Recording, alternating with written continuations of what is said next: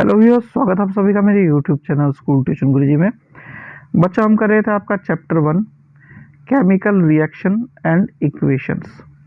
और पिछले वाले वीडियो में हमने पढ़ा था बच्चों रिव्यू में केमिकल रिएक्शंस के बारे में, जो कि आपका था कॉम्बिनेशन रिएक्शन और डीकम्पोजिशन रिएक्शन। बच्चों आज कुछ और रिएक्शंस के बारे में पढ़ेंगे बच्चों। तो चलिए बच्चों, देखते हैं, जानते हैं, समझते हैं कि आज के चैप्टर में आपको क्या क्या पढ़ना है बच्चों। चलिए शुरू करते हैं क्लास। तो बच्चों आज हम पढ़ने वाले हैं क्या, डिस्प्लेसमेंट रिएक्शन। डिस्प्लेसमेंट रिएक्शन बच्चों, जैसे कि आपको नाम ही दिख रहा है, डिस्प्लेसमेंट के रिएक्शन क्या होता है कि एक किसी चीज को डिस्प्लेस कर देना। तो यहाँ पे जो एक्टिविटी दी है उसमें क्या किया है बच्चों कि जो आयरन है उसका और कॉपर सल्फेट के सॉल्यूशन का हमने क्या किया, रिएक्शन कराया। और रिएक्शन में क्या हुआ, हमें कॉपर अलग और आयरन सल्फेट अलग मिल गया। यानी जो आयरन एल क्या थी, ब्राउनिश कलर का हमें उसमें मिल गया कलर। ठीक है बच्चों। And in this reaction iron has displaced or removed another element copper from copper sulfate solution. This reaction is known as displacement reaction. ठीक है बच्चों, इस तरह के रिएक्शन को हम क्या कह देते हैं, हम कह देते हैं उसे डिस्प्लेसमेंट रिएक्शन, क्योंकि यहाँ पे आयरन क्या डिस्प्लेस्ड और रिमूव हो गया, अनदर रिमूव कर दिया किसे, अनदर एलिमेंट को, कॉपर को। इसी तरह का एग्जांपल बच्चों आपको जिंक और लेड के साथ भी देखने को मिलेगा। अब बेसिकली ऐसा होता क्यों है, होता इसलिए बच्चों कि zinc and lead are more reactive element than copper, this displaces it from its compound.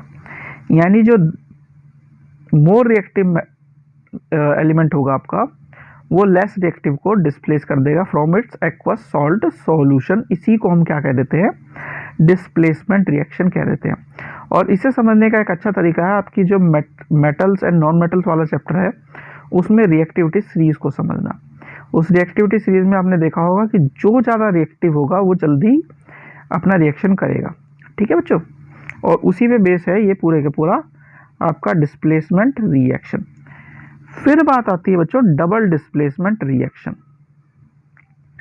अब डबल डिस्प्लेसमेंट रिएक्शन को आप कैसे समझ सकते हैं कि यहाँ पे क्या हो रहा है बच्चों, वहाँ पे ऊपर वाले में रिएक्शन में एक चीज़ डिस्प्लेस हो रही थी, यहाँ पे क्या हो रहा है, दो चीज़ें डिस्प्लेस होंगी। और एक चीज और नई देखने को मिलेगी बच्चों, वो क्या है, precipitation formation.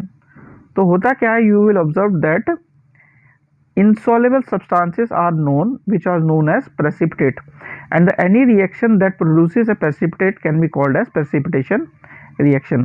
When we react sodium sulfate with barium chloride, we have got barium sulfate in precipitate form and sodium chloride in solid solution form, aqueous solution form.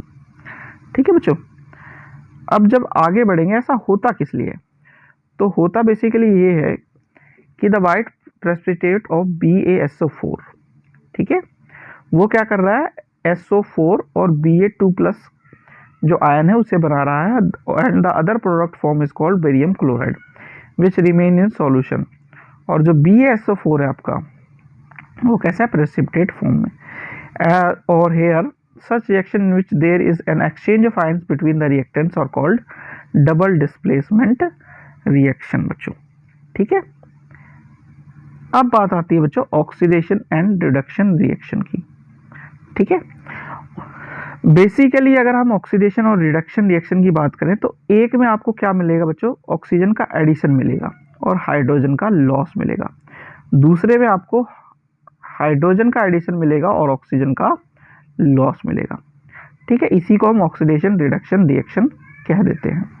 ठीक है, अगर आप बेसिक एग्जांपल की बात करें तो जब हम कॉपर को जलाते हैं तो हमें कॉपर ऑक्साइड मिल जाता है, ऑक्सीजन में जलाने पर कॉपर ऑक्साइड मिल जाता है। ये क्या हो गया, आपका ऑक्सीडेशन रिएक्शन हो गया। अब कॉपर के ऊपर हम जब ऑक्सीजन को हाइड्रोजन गैस को पास करें तो हमें कॉपर अलग और वाटर मिलता है। तो यहाँ पे क्या हो रहा है बच्चों, यहाँ पे हो ये रहा है कि कॉपर क्या हो गया, रिड्यूस हो गया, उसमें ऑक्सीजन हट गई और हाइड्रोजन ऑक्सीडाइज हो गया, यानी ऑक्सीडेशन और रिडक्शन दोनों हो गया। तो इसीलिए हम क्या कह देते हैं इस तरह के रिएक्शन को, ऑक्सीडेशन रिडक्शन रिएक्शन या redox reaction.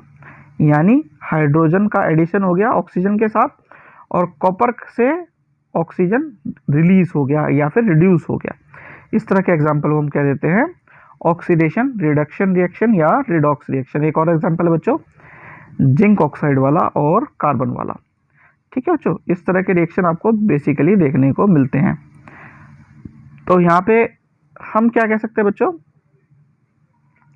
if a substance gains or loses hydrogen during a reaction it is oxidized, if a substance loses oxygen or gains hydrogen during a reaction it is reduced बच्चों। ठीक है, अब बात आती है कि हम ऑक्सीडेशन रिएक्शन को अपनी डेली लाइफ में कहाँ देखते हैं। तो सबसे पहला इसका एग्जांपल है बच्चों कोरोजन का। तो आयरन पार्टिकल्स क्या होते हैं, शाइनी होते हैं, पर धीरे धीरे उन पे एक रेडिश ब्राउन कोटिंग जमती जाती है जब वो हम उसे कुछ टाइम के लिए बाहर छोड़ देते हैं। और सेम तरह की कोटिंग आपको सिल्वर और कॉपर पे भी देखने को मिलती है, अलग अलग कलर की। और ऐसा होता किस लिए बच्चों, उस पर जब मॉइस्चर और एसिड अटैक करता है उस वजह से होता है। तो वो क्या करता है, उसे कोरोड कर देता है। ठीक है, and the process is called corrosion. और the black coating on silver and the green coating on copper are often examples of क्या, कोरोजन के।